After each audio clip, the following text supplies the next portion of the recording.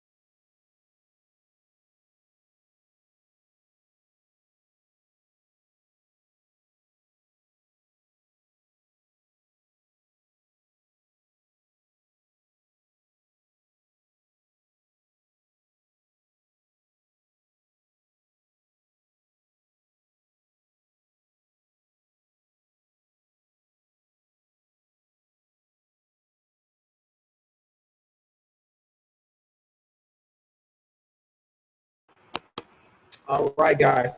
I hope you all enjoyed that little bit of information there. What you all see on the screen now that you should be able to see is Karatbars International. It is a German company. You will notice that in a place where hyperinflation was most dramatic, a company started selling currency grade gold, 1 gram, 2.5 grams, or 5 grams at a time, as you see right here. This company is putting itself in a position for a transition in world currency. Okay, guys. So along with your rights, you need to know how. You can know your rights, but if you don't have any money, you're definitely gonna be in a position where someone can control you. So you definitely want to go ahead and sign up and get you some gold. And if you want to click the link in the window, it'll take you straight to the affiliate page, so that you can start getting. You definitely want to become an affiliate. You want to go to that page, sign up, and if you have more questions, just DM me and I'll walk you through the process of getting you started. You definitely need to put some gold into your financial portfolio. Very, very important. It is your wealth insurance. All right, guys. So this week, what we've launched our campaign concerning what we call economic entrapment. Let's start going over economic entrapment. So let's get the definition of economics. Very, very important information. We get a very in-depth term for it.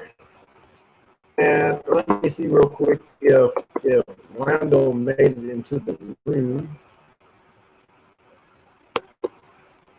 I don't know if Randall's in here. Let's see real quick. Yeah, Randall. No, Randall has not made it into the room. So I will go over it and I will read it myself. Okay, guys, what is economics? Economics is a broad term referring to the scientific study of human action. All right, did you know that economics is the study of human actions? Okay, economics has something to do with what humans do, particularly as it relates to human choice and the utilization of scarce resources. Economic analysis often progresses through deductive processes, much like mathematical logic, where the implications of specific human activities are considered in a means-end framework. Breaking down economics, specific branches of economic thought emphasize empiricism in economics rather than formal logic. This is most true in microeconomics or Marshallian microeconomics. Macroeconomics or Marshallian and microeconomics, which attempt to use the procedural observation and falsifiable tests associated with the natural sciences. Since true experiments cannot be created in economics, empirical economists rely on simplifying assumptions and retroactive data analysis. Some economists argue economics is not well suited to empirical testing, and such methods often generate incorrect and inconsistent answers. Pejoratively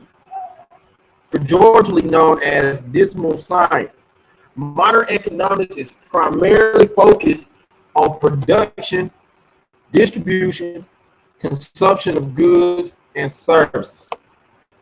All right. So we want to talk about group economics.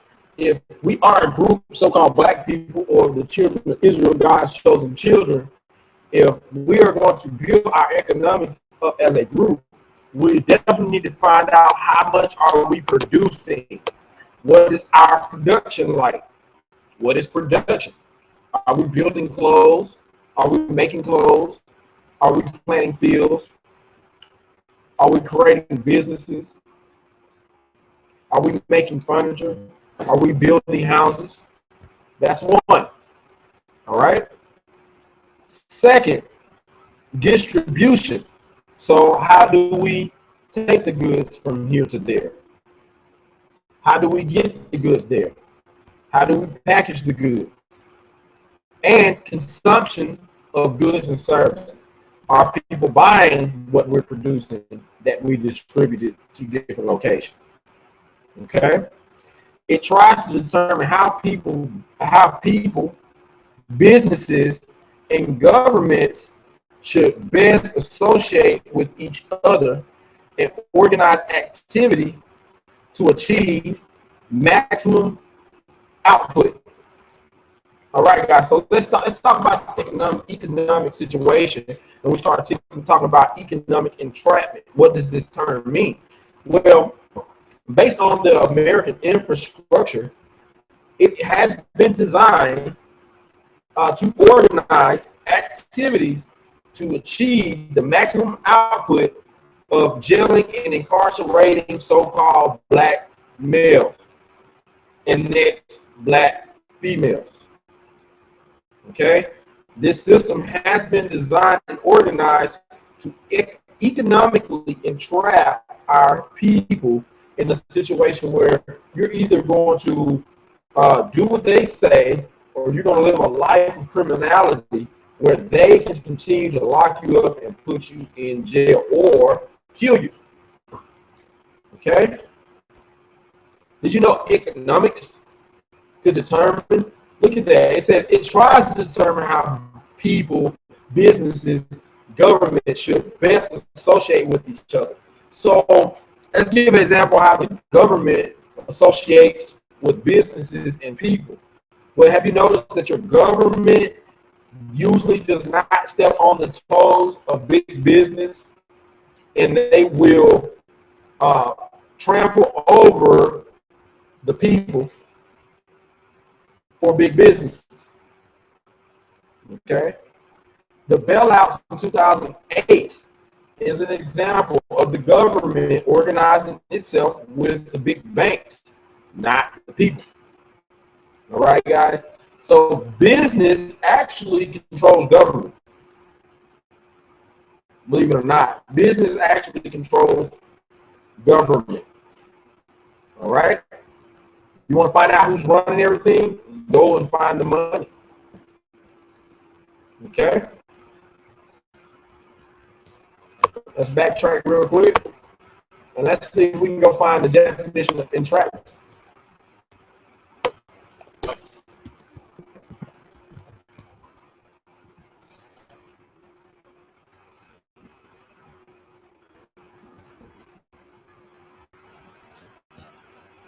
I actually like this definition at the front. In criminal law, entrapment is a practice whereby a law enforcement agent induces a person to commit a criminal offense that the person would have otherwise been unlikely to commit. It is a conduct that is generally discouraged, and thus in many jurisdictions is a possible defense against criminal liability. So it's a situation where we played it on Wednesday night, a little demo call that we did. We played a video of a young man that's looking at 35 years in prison, and he's only 17 years old. Okay? So we just take a wild crack at a guess at this economic situation. The little boy was convicted with credit card fraud. Okay? The only, and I don't condone it or anything like that, but the only person or entity that may have been injured from credit card fraud is the credit card company. Okay? So you're going to give this young man 35 years, which is the majority of his life, for credit card fraud. Now, why is the young man doing credit card fraud? Is it because A, his mom may not have a job, or B, his dad might be dead or in jail, or and the only way he was able to try to find some way to get by or to get ahead or to just stunt and ball? Whatever the reason is, economically, he was trying to attain money. For whatever reason, he was trying to attain the money. The scripture does say, "Thou shalt not steal," so we're not condoning it. But as an example, if our young brothers and sisters had parents who were in an economic position to make sure that their children have already started saving and putting up money, if this little man was smart enough to commit credit card fraud before he turned 18 years old, this young man is definitely smart enough to start a business and run and manage his own business. He would have made a very good businessman, but instead he would be reduced to nothing but a criminal because of the economic entrapment. Okay, he'd be just reduced to nothing but a criminal. All right, so that's what I think is an economic entrapment. All right, guys.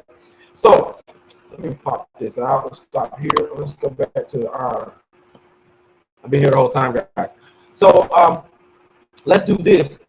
One of the ways that we've been trying to get you out of this economic entrapment is through your debt validation letters. And so to build some confidence up in everybody in here, just in case someone does try to bring you into court and sue you, I want you all to see how I handled my day in court over, and I played this before, but I want to show you all how I handled the court day so that you will be better suited to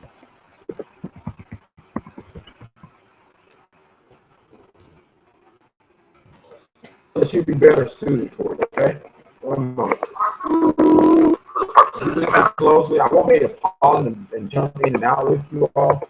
So bear with me. We'll watch it in about 5 minutes long. And listen to what I say to them and check my wording. We did win this case, and we did have someone else in the group that has won their case with that validation. Let's get this started.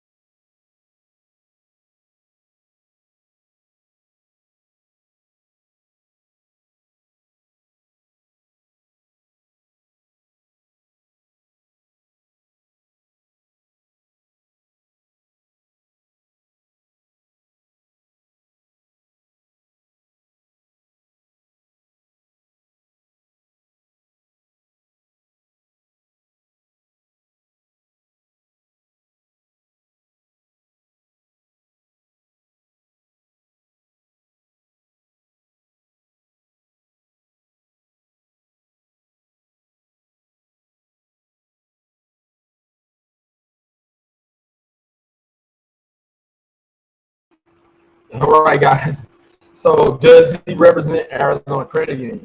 So what was so hard about him bringing that to light? Why can he say he represents Arizona Credit Union? He does not represent Arizona Credit Union. He represents himself as a debt collector. It's not possible for him to represent Arizona Credit Union without making himself commercially liable if he made a mistake or he lied about something. Okay. So, but if you notice, you don't have to be really smart to understand common sense, common folk things. For example, I said I paid to be verified. That's not a battle tactic. That's not those are not fighting words. That's actually you fall yourself into a situation where you are a staying in honor. Okay, it's a very honorable response. All right, guys. Understanding how the effect of the letters is more important than the letter itself. All right, knowing that inside first definitely brings more potency to what you're doing. All right, guys. Everything about it, if you notice, the judge wasn't ready to move forward and she had questions about what was going on. She wasn't able to move forward. This is why. It's because of the term that we call jurisdiction. All right. Let me get that for you, and let's pull the screen share back up real quick.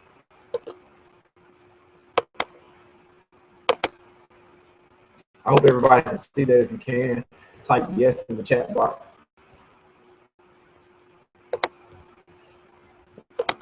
All right.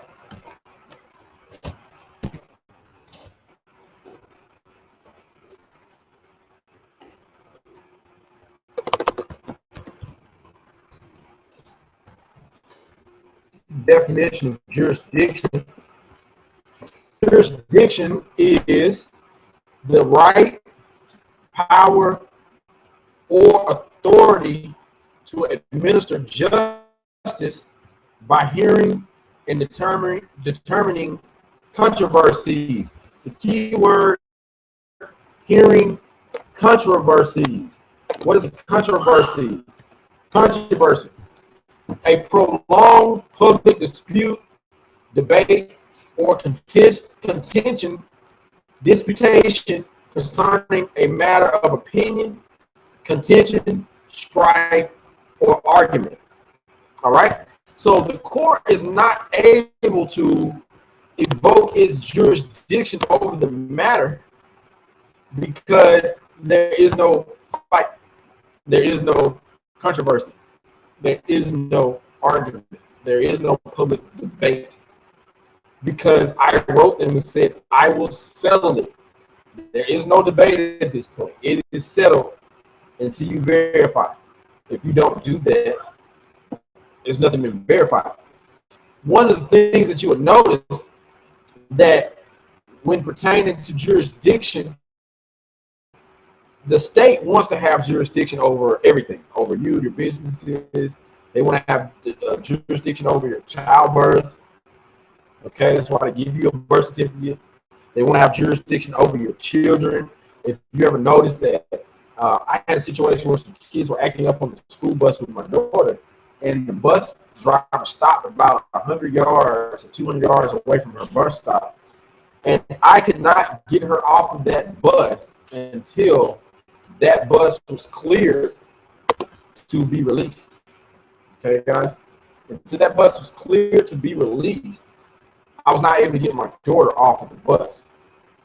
And the reason is because once you send your child to the school, once you send your child to, you get that birth certificate, the social security number and everything, you have given your children over to the jurisdiction.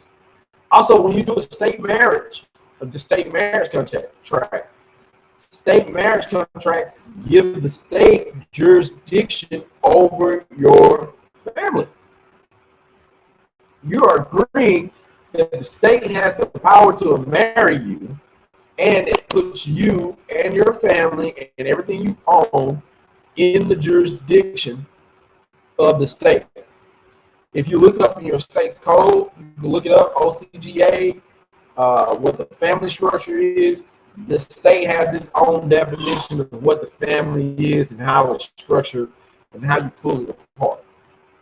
Okay? Jurisdiction is everything. So that brings me to the climax of our discussion tonight. We find that we are being subjected to the jurisdiction of the state by law enforcement officers all over in every different county, all over different states. And with us being in subjection to this, we find that being black, Negro, or colored in America, you have less rights, or AKA privileges, etc. So let's cover something that will help us get out of that. Okay? Might pull Facebook up real quick. I posted the link in the 2.0 group, and I wanted to cover it with you all. Let's see if I can find it real quick. Give me 1 second.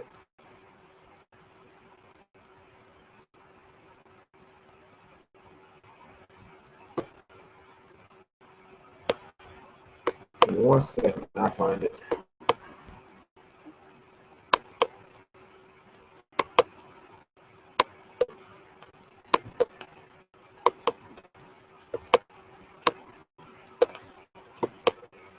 One second. There it is. I found it.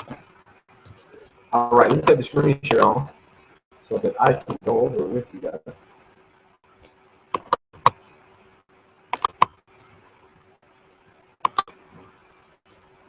What's up, Tony, James, Phil? I hope you're having a good night, guys.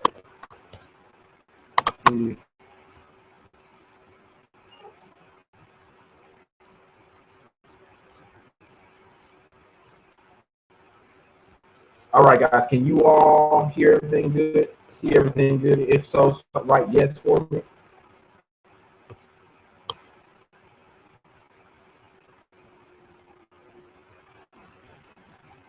All right, it's called the Montevideo Convention on the Rights and Duties of States.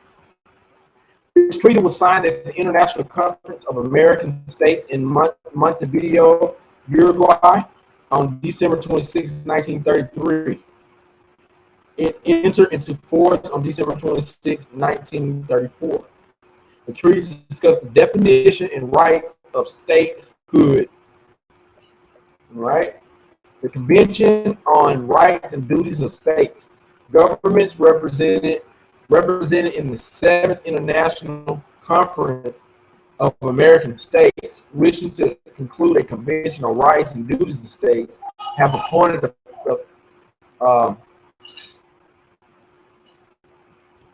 let's go down real quick. I can't pronounce it that way. See, was a lot of different people from different countries there a long time ago. Let's get down to a couple articles of this. All right, Article 1. State, as a person of international law, should, now listen to that, the state as a person of international law. So we as people, if we were to form ourselves as one people under one nation, we will become a nation state. Therefore, we will become a person of international law. All right? To become a person of international law, it should possess the following qualifications: a permanent population. All right? A permanent population. All right? That's one. A defined territory. For all my Israelites, our defined territory would be the land that was given to us in the covenant to our forefathers, Abraham, Isaac, and Jacob. C, it must have a government. Guess what? We have a government. We have the law, statutes, and commandments of the Most High, and He is the King, and He is the top of our government. And in capacity to enter into relations with other states. And that's actually something that just came to my mind. To have the capacity to enter into relations with other states, you're going to have to have some kind of documentation stating the clearly defined permanent population, the clearly defined territory, a breakdown of the government, and put it on paper before you can ever go into paper with another state. For example, you can't do business until you have all your business paperwork. All right. Article 2, federal state shall constitute a sole person in the eyes of international law. Article 3, political existence of the state is independent of recognition by other states. Listen to it again. Political existence of the state is independent of recognition by other states. So it does not have, you do not have to have recognition. You do not have to have someone recognize you as a state for you to be a state. Even before recognition, the state has the right to defend its integrity and independence, to provide for its conservation, prosperity, and consequently to organize itself as it sees fit, to legislate upon its interests, administer its services, and to define the jurisdiction and competence of its courts. The exercise of these rights have no other limitation than the exercise of rights of other states according to international law. All right, guys? According to international law. So one of the things that while we're getting beat up out in the streets, we don't have a state, guys. All right? Even so-called Muslims in Europe have what they call Sharia law, and they're able to do what they want under the laws of their Islamic nation. They're treating their religion as a nation, and they're actually recognized as a state. Article 4, states are jurisdictionally equal, enjoy the same rights, and have equal capacity in their exercise. The rights of each one do not depend upon the power which is possessed to assure its exercise, but upon the simple fact of its existence as a person under international law. Do you and your people and your nation exist as a person under international law? Number 5, the fundamental rights of states are not susceptible of being affected in any manner whatsoever. Article 6, recognition of a state merely signifies that the state which recognizes it accepts the personality of the other with all rights and duties determined by international law. Recognition is unconditional and irrevocable. So they can't say, well, we'll conditionally recognize you if you give up your rights. They cannot do that. And they can't recognize you as a state and then turn around and say, you know what, we don't like you. You're not a state to us anymore. Cannot do that. Number 7, the recognition of a state may be expressed or tacit. You remember that term, tacit, acquiesce? All right. So it can be expressed. Expressed will be in the form of a declaration. Okay, guys? Expressed, it will be in the form of a declaration.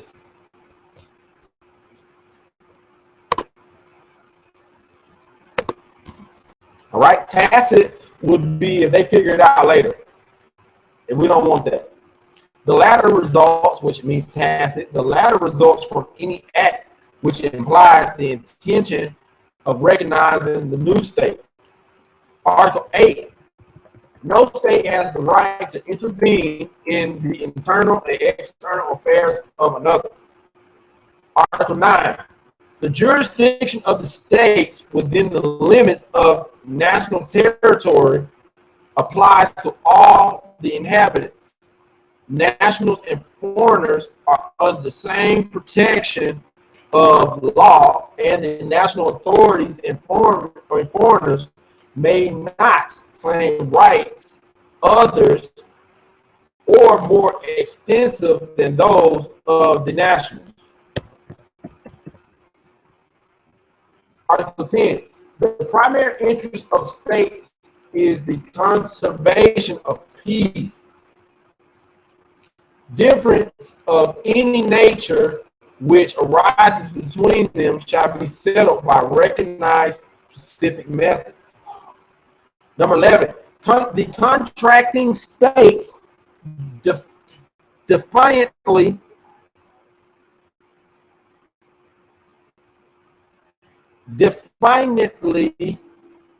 establish as the rule of their conduct the precise obligation not to recognize territorial acquisition or special advantages which have been obtained by force, other or whether this consists in the employment of arms and threatening diplomatic representation or any other or any other effective coercive measure.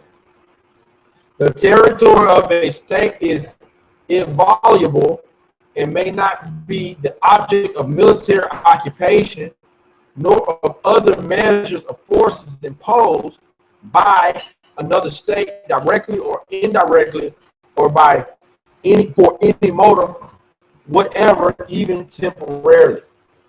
All right, guys. So just going over what is a nation state with you all, I hope this does give you a little bit more clarity on what it is that we're trying to accomplish. If you're going to have a nation, you got to have some money. Hence, financial ID. You need some money. Money does put you in a position where you can buy land, to plant food, to build houses, okay, to have a neighborhood, to have a community. What's the next step once we have this neighborhood and community? We need to express that we are a nation. And I know it's a lot of people with a lot of differences in what they believe and what they don't believe. I suggest people start clicking up with those who do they do believe in what they do believe and form that into a nation. Okay, guys? Form that into a nation so that you will be able to utilize international law as a state to protect you. Simple. Very simple. You will not have any rights in this country as a so-called black Negro colored without a declaration of your nationality and declaring who you are. And actually, one of the things that we notice in the Declaration of Human Rights, what a nation is based off of having a certain amount of people in that nation that agree. And you notice that it's an irrevocable, needs to be an irrevocable population. Okay? A population that doesn't go nowhere. Okay? Just something to think about. Because I don't know if you all have seen the UN has been granted permission to be able to come into the United States of America.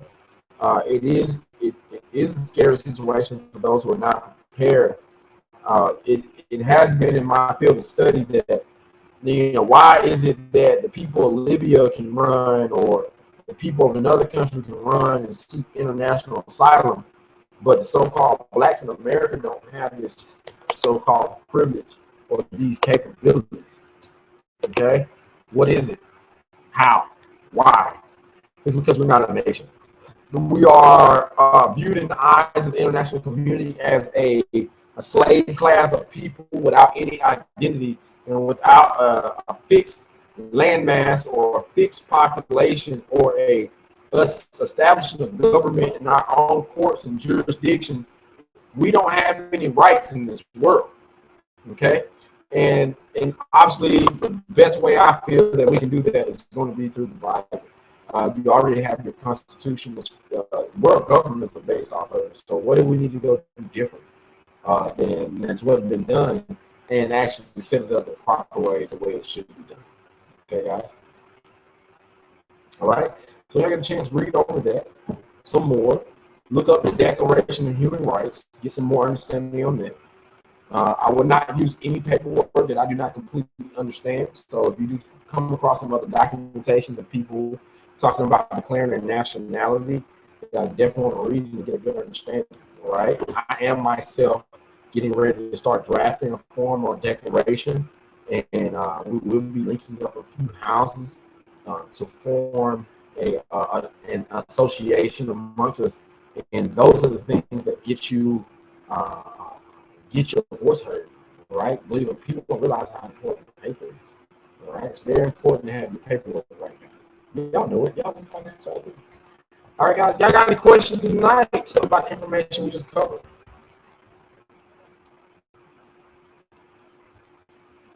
Any questions? Phil, James, Mr. Jeffries. All right, guys. We're gonna shut it down. We'll be back Sunday.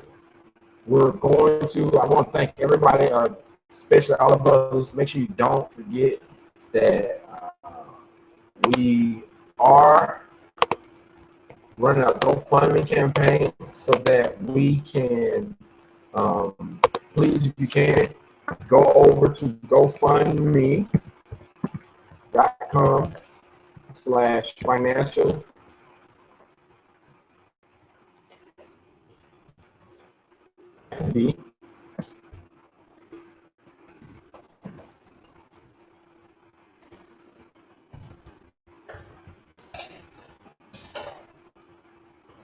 and donate. Donate 20, 50 bucks. We're trying to buy this software so we can pay you for inviting friends to the program, so that more of us have a mindset we can form a nation. You don't want to form a nation with a bunch of dummies. All right, guys. I appreciate y'all's time. Thank you all, you guys. I really appreciate everything that you've done and you all being a part of this movement. If you're having problems with it, just write it on the group. If you're having problems with the webinar, just let me know. Write it in the groups. I'll try to find out what's going on. This is a new tool that we are using, but we've had problems with other webinar servers. So if you're having problems, just make sure that you just shut your phone down, get rid of all your other background applications and everything, and make sure there's not a lot of people screaming on the internet when you get ready for class. All right, guys, I want to thank you all. Y'all have a great day and see you Sunday. Bless you.